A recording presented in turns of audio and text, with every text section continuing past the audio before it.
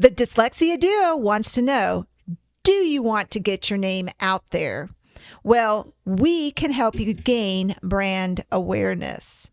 We build better brands simply by taking your own vision for your business and helping it reach a wide variety of audiences. Benefits to advertising on the Dyslexia Duo podcast include direct access to a diverse audience of parents, caregivers, and educators, association with experts in the field. Also, continuous traffic to the podcast means repeated exposure to your brand.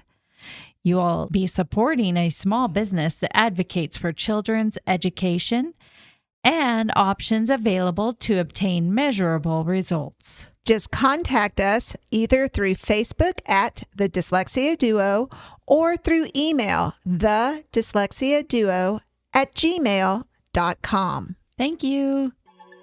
Hi, this is Amy. And Melissa. We are a couple of retired Texas teachers who are CALTs, Certified Academic Language Therapists.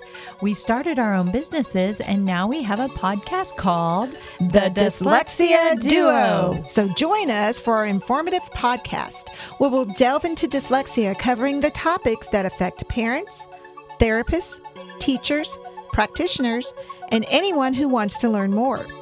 We'll guide you through everything you need to know, from the first signs to the intricacies of dyslexia curriculum placement and beyond.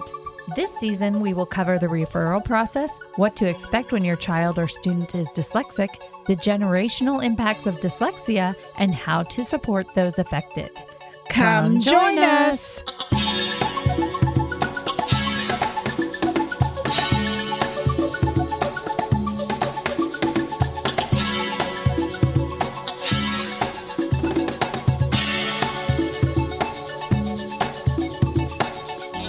Let's resume our conversation with the insights of Marilyn Zecher. So we've been talking about some of the concepts involved in math. I want to actually kind of shift gears a little bit and talk about there's difference with math, and maybe just having some trouble in math, and a difference with dyscalculia, because I've heard it called dyscalculia. I've heard it dyscalculia. It depends on whether you have an American or a European pronunciation. Yeah, I've heard it both ways. And so I was like, I don't know what's right. We all know what you mean. Yeah, right. What are some symptoms of dyscalculia? What percentage do you think of our school children have dyscalculia? Well, that's a great question, and it's a very common question. But it's not an easy question to answer. And I'll tell you why. And that is that now that we have the neuroscience, we know where in the brain different aspects of math are located and processed. Mm-hmm. And we know that early math begins in the high chair before a child acquires language, before they acquire any knowledge of what a number is. They're quantifying. My brother got more cookies than I did, or pieces of candy. They're quantifying. So when I was preparing for this, we knew that there are parts of math that are processed largely in the language hemisphere of the brain. We know that there are parts of math that are not processed in the language hemisphere of the brain. And different people working on this have come up with different ideas. So, for example, some of our major math researchers talk about 3 types of dyscalculia. Or dyscalculia. And when I was looking at them in terms of my interest in the impact of language of math, David Geary has talked about procedural dyscalculia, and dyscalculia as characterized by a difficulty in retrieving arithmetic facts. And then there's dyscalculia of a visual spatial nature. Now, I trained under Dr. Joyce Steeves, and she talked about there's a number module in the non-language hemisphere of the brain, and it processes visual imagery and quantity awareness, and that's where subitizing originates. We're talking visual hemisphere, okay? So we're talking about students who are having trouble with spatial awareness, the child who goes to put dots on a card to look like a die or domino, and he can't get them spatially organized. And has trouble telling how big something is, or how far something is, or how long something takes. That visual whole body awkwardness and inability to quantify is one type of having trouble with math. The other two actually depend more on language. So the retrieval of math facts, and just as we have sound symbol correspondence, we have quantity symbol correspondence. Those are located in a different part of the brain. And if you have to retrieve the words for that, that's the language hemisphere. So we're actually using the whole brain at all times. We don't have this right brain, left brain learning. That's a myth that's been largely dismissed. But our neurocognitive processes work together to support each other. So when we're trying to create that visual imagery and say, oh, yes, that's what 7 looks like. And I can verbalize that and tie it to abstract symbols. The whole brain is working, but different parts of the brain support that processing. So a child who has trouble with the visual spatial component primarily is what many of us used to think about as dyscalculia. The child who has trouble recognizing numbers, can't tell time, can't do the quantity symbol correspondence, doesn't understand that 5 is greater than 2, can't feel it, can't see it. And that's a non-language piece. But when a child is having trouble simply retrieving math facts or trying to remember what they do in what order to go through an algorithm, procedural dyscalculia, that's often more tied to language. Now, when you know that, you can provide appropriate intervention.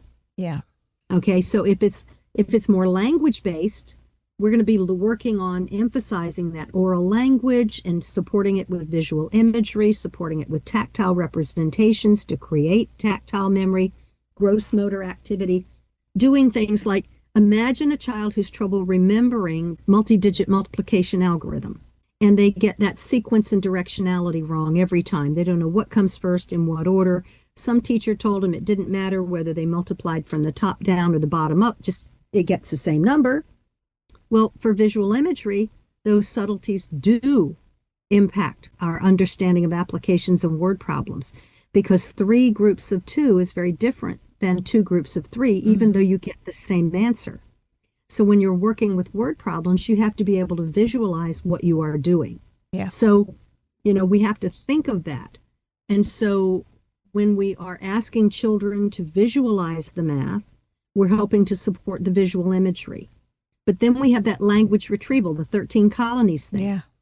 And so how do I remember, that 5 times 9 starts with 4 and the answer is 45? Are there strategies I can use? Can I create that map of the 13 colonies on the times table chart for a chunk of facts so they can visually remember where it is? And so, that gets to some of the differences in multisensory math. We're going to use a lot of strategies we use for other things, like gross motor. So imagine I'm looking at a multiplication problem of 12 times some 3-digit number. And I say to myself, it's the ones times the ones, and the ones times the tens, and then the ones times the hundreds. And we can have the child move their arms in gross motor activities to show that, to rehearse the sequence and directionality before we go to the tens times the ones and the tens times the ones, tens and the tens times the hundreds. And we rehearse that in large motor muscles, just like we might do skywriting for letters. That makes sense. Yeah, and so the directionality and sequence of the math we can actually do by using gross motor to get that sequence and directionality and support that with language so that they can feel it, see it, touch it, hear it, all of it. So in multisensory math, we're going to use a lot of the same strategies that we use in multisensory structured literacy. We're going to be using coding. So you have a 9-digit number and you label what the commas names are, thousands and millions. And we say our tens and ones digits together, 27, 43, 92. So we have 192,784. And so the coding of that, scooping under the tens and ones and labeling the comma, allows students to read big numbers. And by creating the place value system with manipulatives, they understand what that looks like, but on a larger scale. Wow. because the ones are always cubes and the tens are always rods and the hundreds are always flats. Then we just pick that up, move it aside, and put a comma behind it. Now we have the ones of thousands, the tens of thousands, and the hundreds of thousands, and pick that up and move it to the left. And we have the ones of millions and the tens of millions and the hundreds of millions. But we can code or label for meaning, apply it to a useful purpose, everything in math, just like we do in coding vowels with a macron or a breve.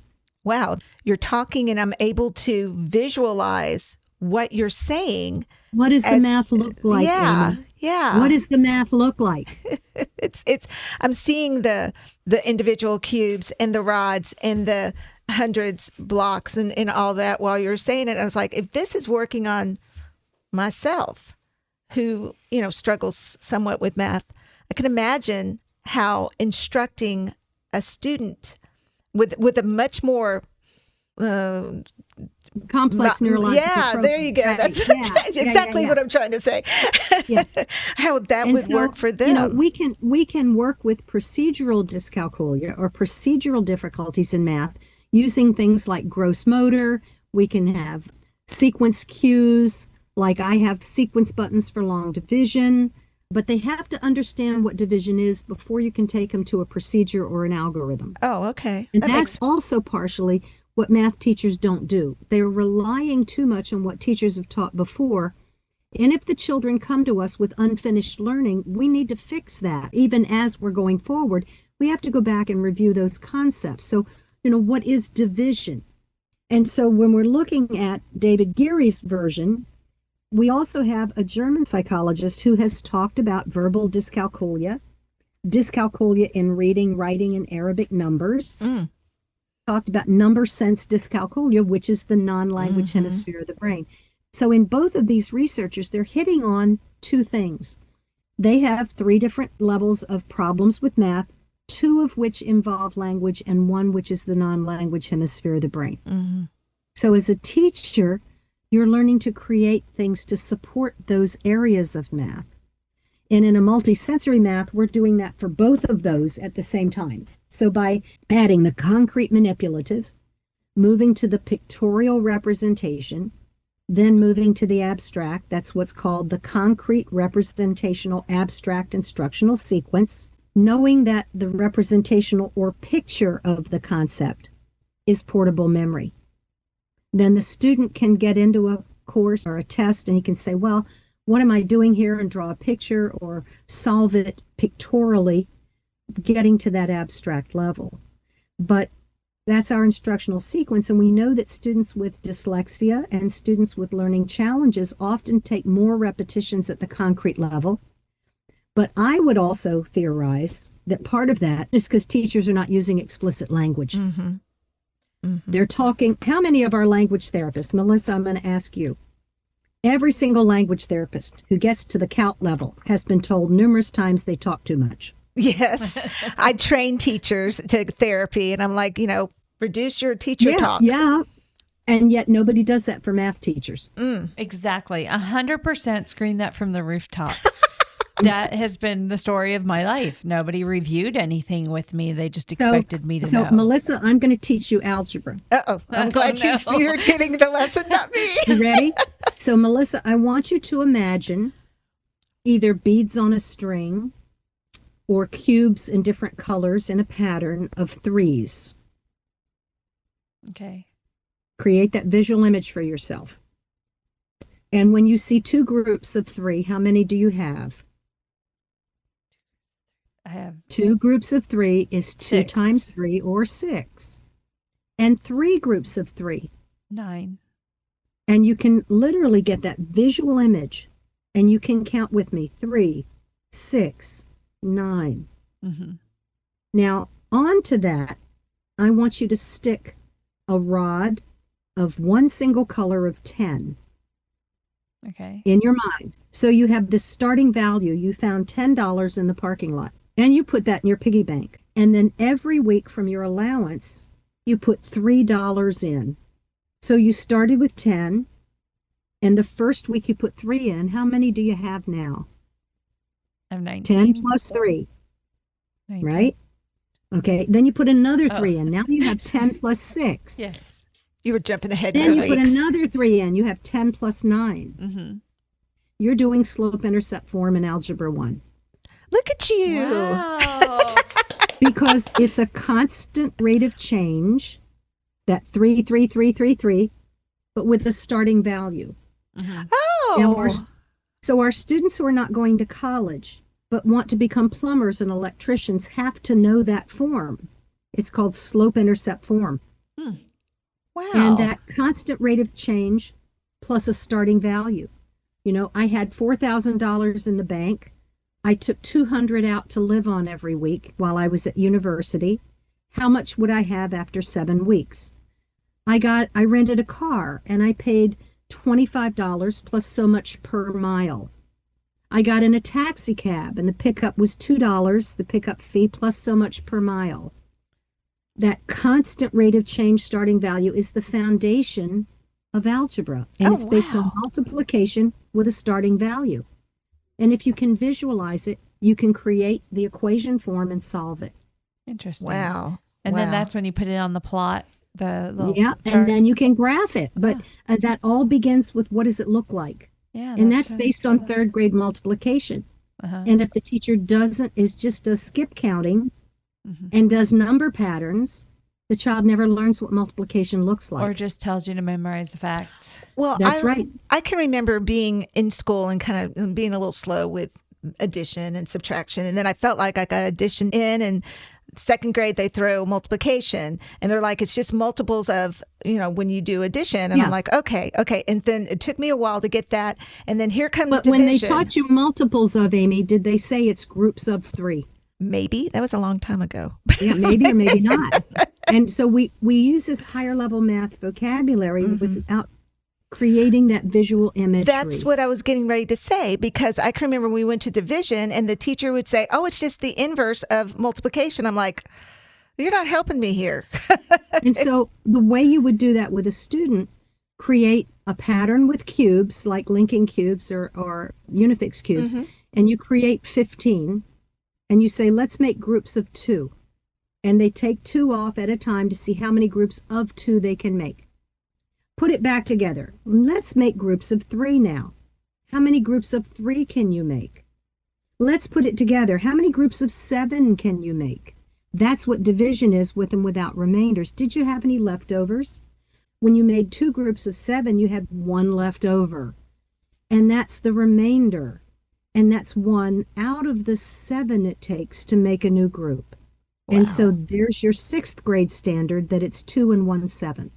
Wow. But you're showing the student what it looks like and what it means, and you're using the language of the student. This is from Dr. Joy Steves, who was one of our first Orton Fellows and a member of the IDA, and she was one of the early ones who applied multisensory to math. And she said, we have to use the language of the student, then the language of the teacher, and then the language of math. Our goal is the language of math. Yeah. So, but we have to say it's the ones of thousands. It's 1 out of the 7 I need to make a new group, so that they can visualize it for math reasoning. Yeah. So that explicit language is part of what I do in math, to show teachers that you have to really make the concept clear for students. They have to be able to see what the math looks like at those foundation levels. Now I'm going to really fry your brain. Oh, no, don't do that. Because you have half of a pizza left.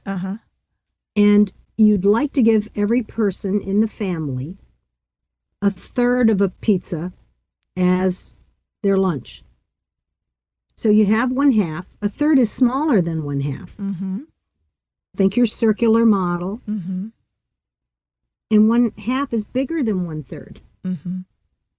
How many pieces the size of 1/3 can you get from that half? Try to visualize it. I have a half and I need a third of a pizza. I can get 1/3. I can get one of those 1/3 pieces. That's all I can get. But the remainder, what's left when you cut that third out of the half, is half of the third. Okay. And so you may not be able to see that now. That's tough. I know that's a hard one. It's easier if I use 1/2 and 3/4 because that's a little easier to visualize. Mm-hmm. So when I have 3/4 of a yard of fabric and I cut the half out of it, that's one of the fourths is left over. But when we name the remainder, it's what part of what I cut out is it. So from 3/4 of a yard of fabric, I can get 1/2, one of those halves, and half of another one. And so you have to tie the higher level concepts to the lower level concepts so students can visualize them and understand the meaning. So when we do division, we're setting our students up for success in fractions. And when we do fractions, we're setting our students up for success in ratios in middle school. And when we do fractions, we're also setting our students up for success at the algebraic level.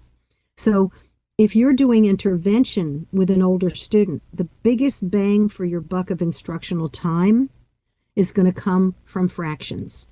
But you've still got to go back and fix numeracy and place value. Yeah. Wow. And would you have to fix multiplication too? Because Oh yeah. okay. Melissa. And so, Melissa, you're hitting at something that I think a lot of parents are going to be anxious about because their students are struggling to develop fluency in multiplication. And the teachers are saying, well, we're doing the time drills and you can do flashcards at home. Flashcards are a great tool, but I like them for maintenance, not for teaching. Good. Because you're asking a child to do purely word retrieval because they can't see the math. You're going directly from the abstract to word retrieval without anything in between. I agree. It's the 13 colonies. You got to have some sort of visual cue, and you've got to link that to prior learning. Got to be able to see it. I kind of think the flashcards are similar to our ARD decks and our IRD decks. Like they're that. Well, it would be, the flashcards would be sort of like applying your syllable cards. If you're doing, you're doing maintenance, your last of your 6 syllable types and you're maintaining the others, it's maintenance. Okay. But, flashcards are the abstract. And so when we show those and ask for word retrieval, we're bypassing the visual hemisphere. We're bypassing the understanding of what it means. So they have to have the understanding of the meaning behind the math. Yeah. And we teach too much too fast. Yeah. No, I don't disagree. So because we are Celts, we deal a lot with not just dyslexia, but dysgraphia. And it's our understanding that most often dysgraphia it can exist in isolation, but usually it's hand in hand with dyslexia. Yeah. Do you find that's true for dyscalculia? Can it exist by itself, or is it more commonly linked with dyslexia? It's all a fine motor skill. Yeah. And we're going to attack it the same way. We're going to do gross motor before fine motor. We're going to teach the directionality and sequence of the numerals before we ever put a pencil in their hands. And then we're going to give that fine motor practice. And we have to look at the musculature because in algebra, if I can't read it, it's wrong. And our students, when they make the numeral 5, if they make it in one stroke, by the time they get to 8th grade, it becomes the variable S. Yes, that's right. It does. And so the numeral formation has to begin in preschool, kindergarten, and 1st grade. And it has to be taught with gross motor activities like, we say skywriting, but you can do the same thing with a marker in a child's hand with a large dry erase board. You can do it in finger paint. You can do it in rice in a large, roast cookie pan and have them make it. But we also want to talk about the directionality and sequence of the numeral. Yeah. Because if we talk them through it, like saying, make an ear and go across. Make an ear and go across. Make an ear and go across. That's the numeral 2. And so we talk them through the sequence and directionality of the numerals. We just don't present a picture of a number and say, make it. I think they do in a lot of cases in what I see in school. That's exactly what they do. Now, if you look at preschool number books, they actually have a start point and an arrow showing the child how to make it, but that doesn't mean the kid's going to do it. Yeah. And it's also after you're putting a pencil in their hand, and we know kindergartners do not have the musculature for holding a regular sized pencil. Right. You look at x-rays of their hands and you can see they're not prepared for that. So, but you can teach numerals to preschool kids with finger paint. that makes sense. Shaving foam, shaving cream on the bathroom wall. But you talk them through where they start the numeral and the direction they go to make it. And you're going to eliminate those reversals. You're going to eliminate so many problems if they know how to make it before you ever put a pencil in their hand. Yeah. Now, I'm going to say something really shocking. That's how I remediate handwriting at the middle and high school level. Large gross motor and talking them through the directionality and sequence of letter formations, and then gradually reducing the size as I increase speed, so it becomes automatic before you ever put a pencil in their hand. That makes sense. It completely makes sense.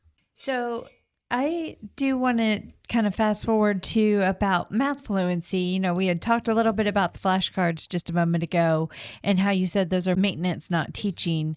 But what are areas of math concepts where you should see math fluency, or should math fluency be involved in all concepts, just like reading? Well, again, I want to point out the difference between subitizing and addition and subtraction, which we want fluency throughout. But I think the biggest part, there's a lot of discussions going on about fluency now. There's some new books on it. There are different philosophies on how to teach math. Unfortunately, I'm also seeing districts come out and say, well, we're not going to teach math facts anymore. What? Yeah, we're not going to go there. But that does exist. And parents need to be aware that that's not the general consensus of the scientific community or the science of learning community, that our children, when they develop fluency, it reduces the cognitive load right, for math solving. And so we don't want to handicap our students by having them have to discover everything and teach it to themselves. There are some things that we can teach efficiently and in a fun way, in a healthy way. And I'm an outlier in some camps. I believe even my special needs population can develop sufficient fluency if it's taught correctly and scaffolded incrementally over time. I want to develop fewer facts at a time to develop fluency over time. From a study skill standpoint, we call this chunking. Yep. So you choose your number facts and you have the students interact with those facts in some way early in the lesson. I like to give them something that I call a near point reference, where they write those facts down, whether it's a blank chart or they, label them. For my first graders and kindergartners, I might give them a set of blank dominoes and they have to put the domino patterns in it. And that's on the desk for them throughout the whole lesson. And then use those facts and none others during the lesson to develop automaticity. Think of your literacy lesson. You're doing short vowel I. And all the words they read throughout the lesson have short vowel I. So it's going to be controlled, is what you're saying. It's a controlled set of number facts, exactly. I call it controlled number facts or targeted number facts. We use them through the lesson for several days to develop automaticity. We bring in previous facts through interleaved practice. We add them. And we don't move on until our students are pretty much fluent in those facts. And we do fewer at a time. Now, we know that for example, for working memory, phone numbers have 7 digits in them because it's what you can hold in memory long enough to write it down, and then it's gone. Right. But we say it over and over again until we write it down. And I find that fewer facts, like doing 4 multiplication facts at a time, or doing all the add-ins of 1 digit under 10 for a period of time, so they get to learn all of the ways to make 7 or all the ways to make 8. And they build it, they see it, they describe it, they draw it, they use visual imagery for reasoning in math. And it's as you're teaching the applications, the algorithms, that you're giving them practice, because math is a practice-oriented domain. Just like the head coach says the big game is Friday. He doesn't say go out on the court and shoot a free throw. He says go out there and shoot 50 free throws. So these are things that parents can do. Don't give your kids the entire times table and flashcards. Take 4 facts and talk about it and say, make me a story problem with 3 and 4. Can you make up a story problem with 3 and 4? And then, oh, I see 3 of this and 4 of that. How many is it in all? Can you draw me a picture of 3 and 4? And so there are ways we can practice math facts visually, tactilely, and then also link it to the numbers. That's our linkage. And give them adequate practice with fewer facts and use them. And the teachers I'm working with in my courses report back to me that, especially for their students with disabilities, that makes all the difference in the world. Wow. They are suddenly confident.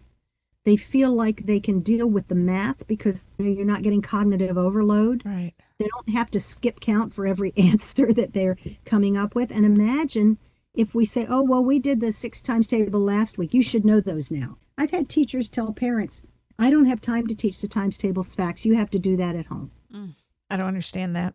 And I've had one lady I worked with, this is about 10 years ago, and she was using a curriculum I won't name, but she was developing something for her students and said, we will do a different times table every week. Oh, my. And it's like, I'm sorry, they can't do that. Yeah. It's not enough verbal practice. It's like we're memorizing the preamble to the Constitution and we're going to do, the whole first paragraph in 1 week. Wow. It's too much overload. We'll be right back after a word from our sponsors. Hi, this is Melissa with Kids First Dyslexia Services. I am excited to share with you my private practice. Kids First Dyslexia Services is a private practice that specializes in dyslexia therapy. Each one-on-one session focuses on instruction specific to your child's needs in a nurturing environment that develops self-esteem, builds confidence, and fosters a sense of accomplishment, resulting in happier kids with higher levels of achievement. We provide a professional, personalized experience, always putting the child first. We value the relationships with both our students and parents because strengthening skills and overcoming hurdles to achieve desired goals and success is a team effort. For more information, please visit www.kidsfirstdyslexia.com. That is www.kidsfirstdyslexia.com. Hi there. This is Amy Rodenroth, owner of Discovery Dyslexia Services. So tell me if any of these situations are familiar to you.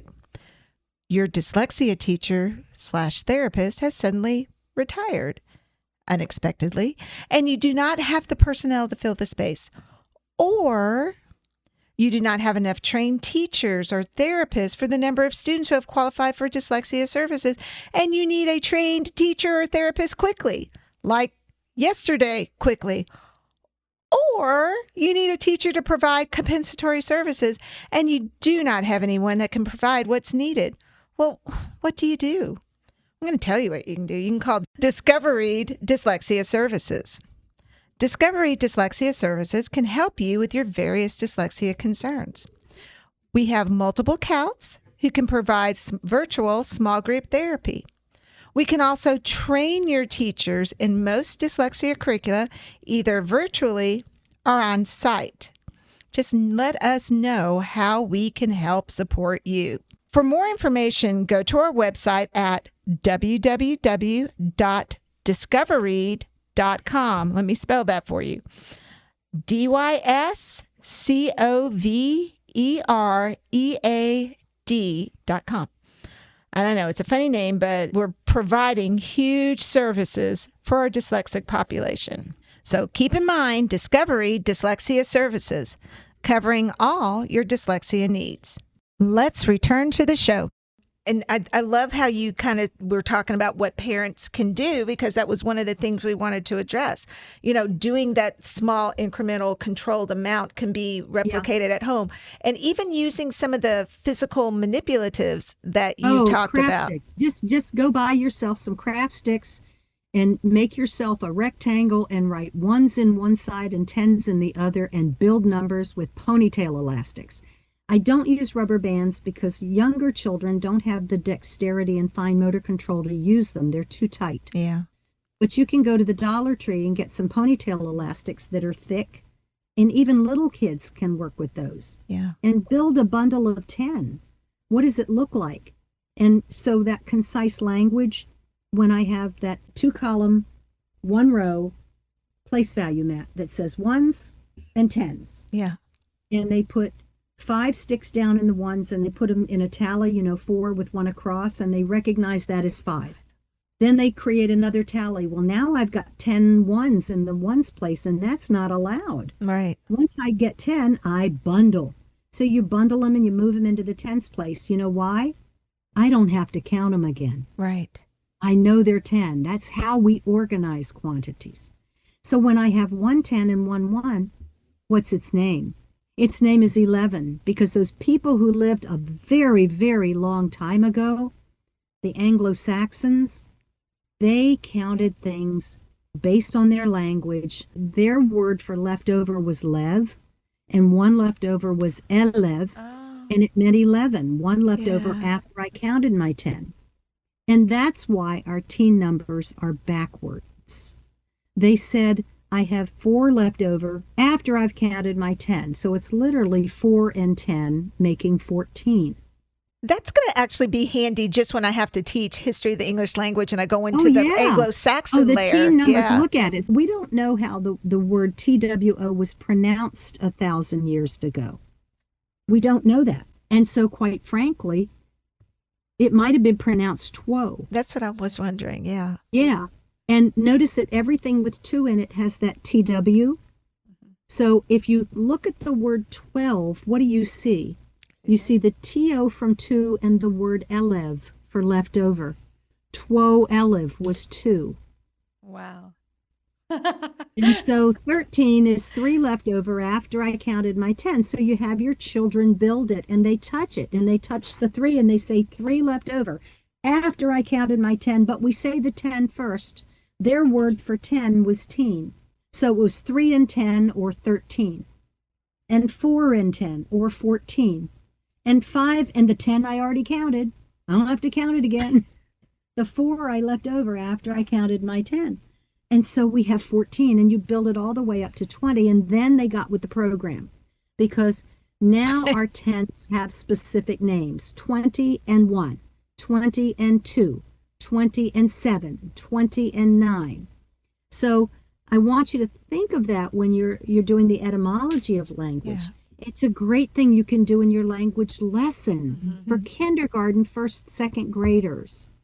This is like, I'm sorry, Marilyn, I did not mean to interrupt, but this is like beneath the surface of words. We interviewed Sue Hegland, and she was telling us about that too. It was the same thing. It was like mind-blown stuff, like you're telling us now. Yeah, you're telling us mind-blowing stuff.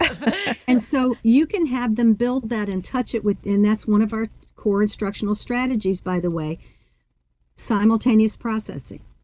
See it, hear it, write, feel, touch, and do it all at the same time to reinforce it with multimodality. And so they're touching that bundle of 10 sticks and the 1 and saying that's 11. And we talk about analytic and synthetic for language. Well, we're telling what the number's made of and what its name is. And those are things that anyone can do. Building numbers and naming them, giving that students the visual component. I was thinking about the question you asked me ahead of time was, what are some of the difficulties and how can parents support that? Yeah. So we know we can't change working memory. Right. But we can help our students by saying things about math, naming numbers, connecting numbers to quantities to support that working memory, moving it to long-term memory. Everybody knows if you have a child who you tell him 5 times what to do, you can't do that. You have to show your hand and say, first go to your room, get your book bag, meet me in the car. And you don't give them 5 things to do. You give them 3 things to do. What they can handle. Yeah. What they can handle. So you're going to use the same approach to teaching math concepts. And so things that impact math include executive function disorder, oral language deficits, directionality and sequence. Think of how much trouble some students have learning to tie their shoes. And Velcro doesn't make them feel any better because all their friends can tie their shoes. Except for them. Sequence and directionality, language retrieval and organization. So some of the things that parents can do, and there's a lot parents can do. For example, bake brownies, make things, measure things, play dice games. Things like measuring cups. They can see that a half cup is bigger than a quarter cup. Yeah, that's a good idea, actually. You know, and it teaches them fractions well before they get to it in school. Yeah. You know, do things with your kids. Practice with small sets of number facts while you're driving in the car. Tell me the story of 2 plus 3. I see 3 birds and 2 birds. I wonder how many that is in all. How could we figure that out? I make what I call my first calculator with big wooden beads on a pipe cleaner. So for our kindergartners, I put 5 or 6 beads on a pipe cleaner and make a bracelet. And you can model all the addition facts of 5, 6, 7, and 8. Calculating 20% on a restaurant tip, it's $2 on every 10. Now, how many 10s is this bill? It's 3 10s. $2 on every 10. 2, 4, 6. $6 is a tip, Dad. That's how I do discounts at the store. And it's the same thing. Yes. For your younger children, you know that Fisher-Price tower of the things you put on the pole? Yeah. That's a math activity. It's organizing stuff from greatest to least, biggest to smallest, nesting dolls, and talking about it. This one's bigger, so it can't go on top yet. We put the little ones inside the big ones. This one is bigger than that one. This one's longer than that one. Longer, shorter. Marie Sander in the 1980s was very prescient, and she wrote this article about getting ready for arithmetic, and all of this stuff that parents can do. The language of math is even in the What Works Clearinghouse practice guides for kindergarten. Longer, shorter, taller, bigger, smaller, greater than, less than. Those are all words that we can illustrate with things at home. Mm-hmm. Think about parents walking around the house with a kindergartner saying, how many things can we find that are circles? How many things can we find that are squares? That's amazing. Let's match our shoes by 2s and count how many we have.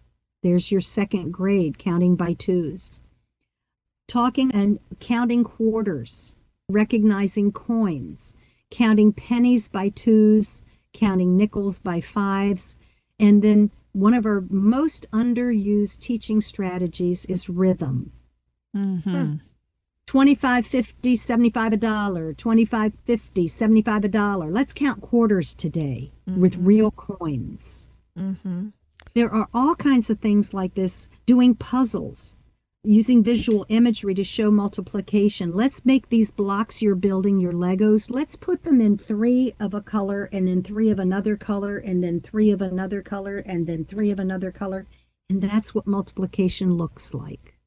You know, back when I'm a little older than Melissa, but back when I was a kid and they had those Schoolhouse Rock videos for math, I still refer back to the songs for the math ones, 9, 18, 27, 36, 45, 54, 63, 72, 81. Right. Now, imagine if I gave you a different language.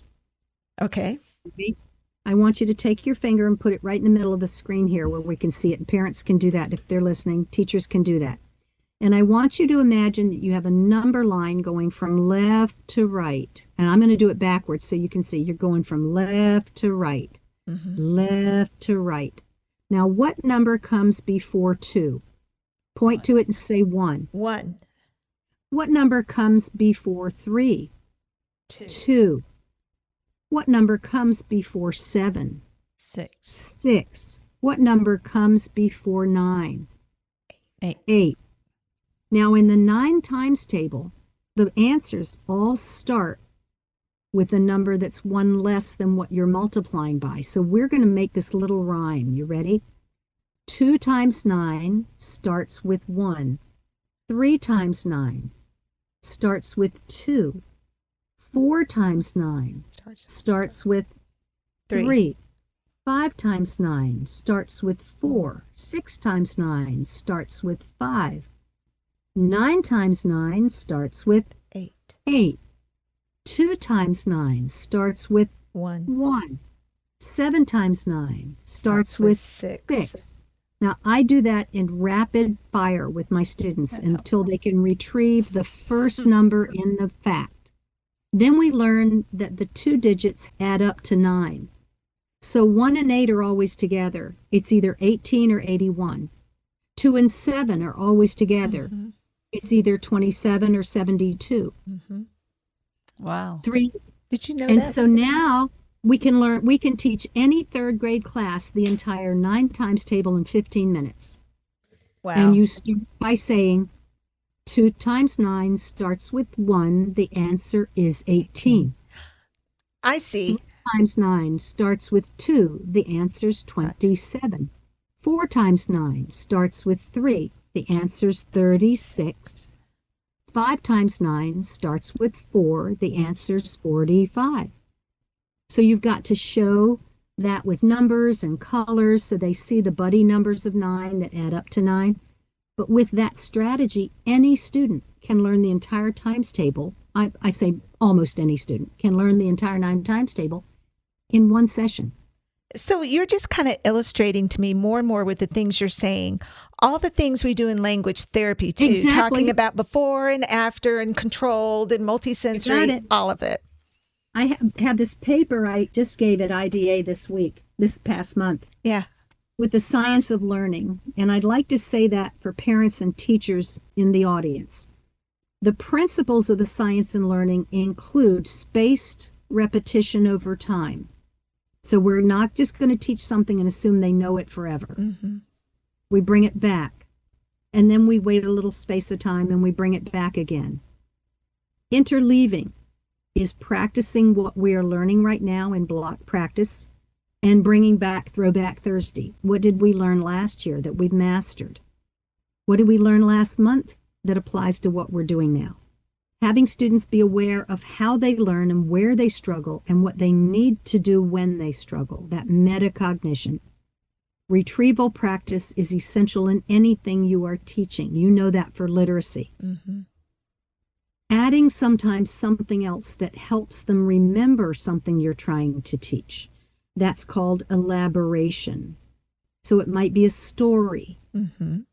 I like to talk about the football quarterback throwing that football down the field to the intended receiver.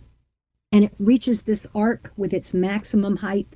Then it starts to go down into that receiver's hands. And that's the visual we use for quadratic equations in algebra. Holy moly. And so when I say quadratic equation, x squared, my one student would say, oh, the football player. So you anchor that meaning in something. And using concrete examples, how do we use it in real life? And the other one I've recently been looking at extensively is called dual coding, where they have that visual imagery. Like, I want an image that links to a concept, so that's an anchor for retrieval.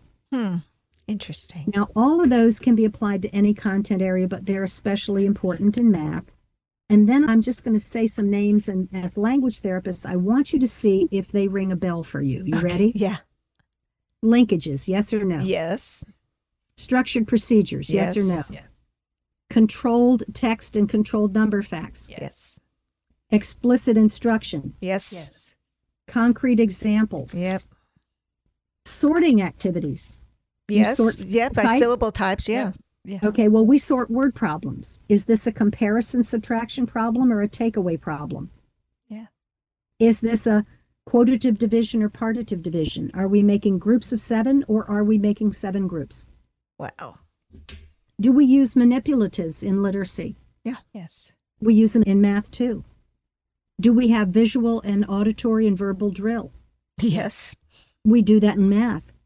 We do quantity tracking and manipulation for phonemes, don't we? Mm-hmm. Well, we would phoneme manipulation. I do quantity manipulation and tracking. Mm-hmm. So I ask the student, show me 4 on the place value mat. If that's 4, change it to 14. Mm-hmm. If that's 14, change it to 15. If that's 15, change it to 115. Wow. And I'm walking around the room. It's a formative assessment. I'm seeing which children understand place value. Yeah. Do we use near point references? We do. Yeah. Do we use gross motor activities? Yes. We do. Those are all literacy strategies applied to math. Wow. Wow. Wow. This is incredible. I think that you really addressed more than I even expected. Well, yeah, no, I because learn. like I said, hasn't been my focal point for years. But now I'm thinking I need to start bringing some of this into therapy sessions with students. It would certainly make them feel better about themselves and give them more confidence. Uh-huh. And so, I would say to your teachers in the audience, your administrators, look at that article on subitizing. What is it? Why teach it?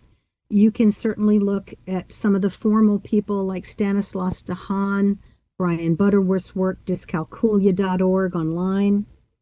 Sarah Powell from the Science of Math has got a wonderful article on language, which even if you don't want to read the whole research, the last couple of pages tell our elementary teachers what to say and what not to say. They're charts of the best language for math instruction. She has a good article on 5 math practices you can count on. That's Sarah Powell from the University of Texas. Math practices you can count on. She has an article on myths that undermine math teaching today. And her article on the language of math is really excellent for teachers because it talks about all those parts of math that depend on language. But those last couple of pages are like, we don't say borrow and carry anymore because, honey, we've given nothing back. We have new language and parents get really upset because math is not being taught the way they learned it. And this is something they need to get informed about because we now have better ways of teaching math so people don't struggle into adulthood. Right. That's wonderful information. So you told us the subitizing, is that an article by? An article by Douglas Clements. Yeah. It's called Subitizing. What is it? Why teach it? Every elementary teacher should read that article. And if you're an interventionist, you need to go back and do that even with older students. But you can use it at higher levels. So if I teach the add-ins of 7, Melissa, what's 3 and 4, I can use it that day to teach what's 3/8 plus 4/8, or what's 3x plus 4x, or what is 3 minus 7 for -4. So a middle school teacher can review the add-ins of a number and apply it that day. An algebra teacher can do that day. Do you think that the upper level, middle school, high school teachers should use manipulatives? Yes. Okay. And do you think that that's something that they can just go and retrieve from like your program? How do you recommend they go and find those? I make secondary teachers take my first course. I won't let them into my second course unless they know how to teach the foundations because they have to know how to provide intervention. Okay. And the research and rationale is in my first course. That said, they can learn to use manipulatives fairly easily. They certainly are not going to use all the ones we use at the elementary level, but there are lots of things that they can do. And the secondary coaches and teachers I work with are really astounded at how much it can help students who are struggling with math if you provide that visual imagery. You may not have to do it as long. You may not have to do it as many times, but certainly providing them with controlled numbers and applying them within the lesson is a fantastic way to make even our special education students be successful. I'm happy to hear that there are options available for teachers. And I wish that they would have had something like this when I was going through school, because I got all the way to high school, had to take the exit exam, didn't pass it the first time, didn't pass it the second time, had to take it 3 times to get out of high school. And that is embarrassing. I'm very vulnerable sharing that with you, but I think that I'm doing that because I want to help other people not be in my position. And where I failed the most, where my scores were the lowest, were in basic numeracy, addition, subtraction, division. I hear that a lot. And I want you to know that I missed recess for 6 weeks because I couldn't learn my times tables. Oh my gosh. So you understand. You've been there. Oh, I absolutely understand. I avoided math like the plague. My Algebra 2 teacher said, don't take any more higher math. Oh. And I found out I'm pretty good at math. And I used to, because when I was in high school, we only had to take 2 maths. I had to take algebra and geometry, and that was it, because I went to high school back in the dinosaur days. Me too. Right. And so we didn't have to pass anything. I remember being worried when I got my master's because I didn't want to take the I almost said my GED. That wouldn't make any sense. My GRE, because I was worried about failing the math part. So I deliberately looked for a master's program that would let me waive it. That would let me waive it. Yeah. And then when my kids are now in their 20s, but when they got to school and they got into things like 6th grade, 7th grade, 8th grade, 9th grade, and got into those calculus and algebra and things like that, I told them all the time, I can't help you. I can't help you. I can't help you with this. And I refer them to their dad who could do that stuff. You know, and it's a feeling of helplessness when you get to I've that. had adults in my workshops who, I remember one lady cried in the middle of one of the lessons, and I caught everybody working, and I went over and I said, what's wrong? And was working for a promotion for a very high-powered company, and she had to pass a test, and we were doing multi-digit multiplication with the base 10 blocks. And I said, what's wrong? And she said, well, I'm getting a different answer with the numbers than I get with the blocks. And I said, yeah, well, which one do you believe? And she said, that's the problem. I believe the blocks. She had such trouble retrieving her multiplication facts and doing multi-digit multiplication. And she was a very bright woman getting ready for the GRE, you know, as you say. And so we have a lot of adults, like they did a survey in England, and it's something like 4 out of 5 people would be embarrassed to tell the public, to reveal that they struggled with English. But almost the same number would have no problem saying, oh, yeah, I'm not a math person. I agree with that. We have this perception that we're not good at math when we are, when we can be. And that's why I say, you know, leave no student behind. Yeah. Our students can learn math, and we need to persevere and see that they are taught in a way they can learn. Yeah, and I think that goes back to what I said earlier, the advocacy piece, that the teachers need to be speaking up as soon as they notice that kids aren't catching on. And this program needs to be implemented everywhere. You know, give credit where it's due. Teachers are not trained to do this. No. Special educators do not get any specialized training for teach math. They may be the co-teacher in a classroom, and they're taught about what learning disabilities are and what accommodations are. And, you know, parents, you can write manipulatives into an IEP. You can say, given a set of base 10 blocks and a place value map, the student will successfully build a 3-digit number and tell you it's expanded in standard form. I love it. That is brilliant. And I'm hoping parents and teachers that work with our students are taking note of all of that. And please understand that the goal of using manipulatives is to get rid of them. They are not inefficient calculators. They're not there for students to use to solve problems to get an answer. The purpose of manipulatives is to explicate the concept so the student can see it, understand it, move to the pictorial level, and then to the abstract. Okay. Well, I appreciate all of your insight. It's been wonderful, and I really want to learn more. I actually might sign up for one of your classes, either virtually or when you're coming to town. I don't know. But thank you so much for enlightening me and all of our listeners. If you had one wish that you could grant for our students and maybe teachers who provide the instruction, what would it be and why? I actually knew that. And my wish would be, don't assume that students will never learn.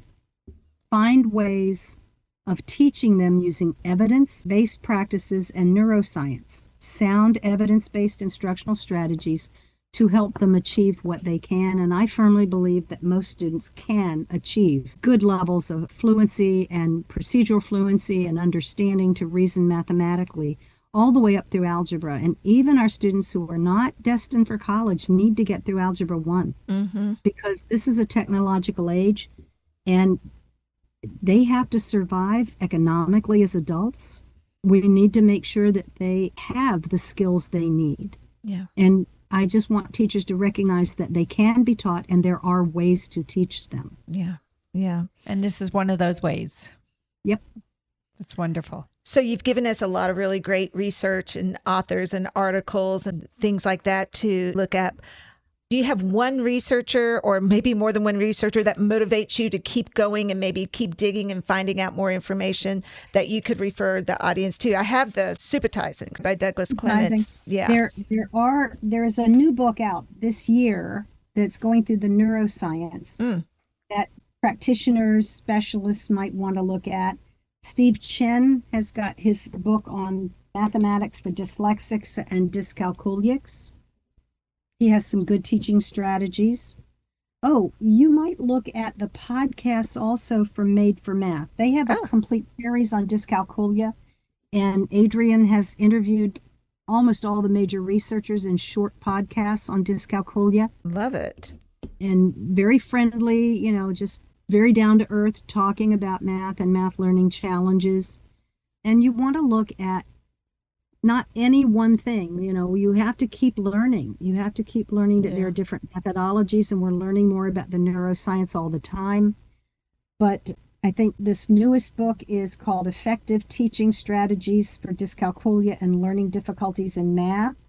It's from the neurocognitive science aspect. It's by Noel and Karagiankis. It's a Czechoslovakian group, and researchers in there. Some of their work, it's technical, more neuroscience.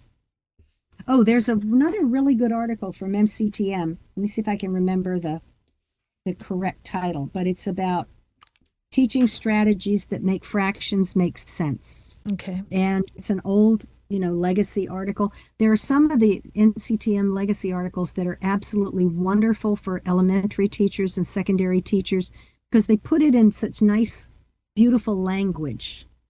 That 10 is a magic number is one that my people really love. That's awesome. Just keep looking. Daniel Ansari from Canada is a great researcher on YouTube. You don't have to read everything. We got parents who don't like to read. Mm-hmm. Yeah. So you can get YouTube videos like Barbara Oakley from Coursera on how we learn and interleaving and the science of learning. And Daniel Ansari has great YouTube videos on numeracy. Daniel Ansari? Daniel Ansari. Ansari. Ansari, I think. And he's got some really good things, YouTube videos. That's great. It's great information. Well, I think we've come to the end of our time, and you've just been amazing, even with everybody's technical difficulties and everything that's been going on. We really appreciate you coming and doing this with us, especially on a Sunday. I know this is your weekend time, but we really, really appreciate it from the bottom of our hearts. I'm so happy to do it. I'm do anything to help people help kids and adults. Yeah. I mean, we have people who are adults who need this. That's right. College. That's right. Yeah. That's right. Thank you so much, Marilyn. You're welcome. It's been a pleasure. Okay, so this is Amy. And Melissa. And we're the Dyslexia Duo. We'll see you next time. Bye-bye. Bye. Bye-bye. The Dyslexia Duo podcast hosts are Amy Rodenroth, Melissa Dean. Our producer is Greg Rodenroth. You can find us on Facebook at The Dyslexia Duo.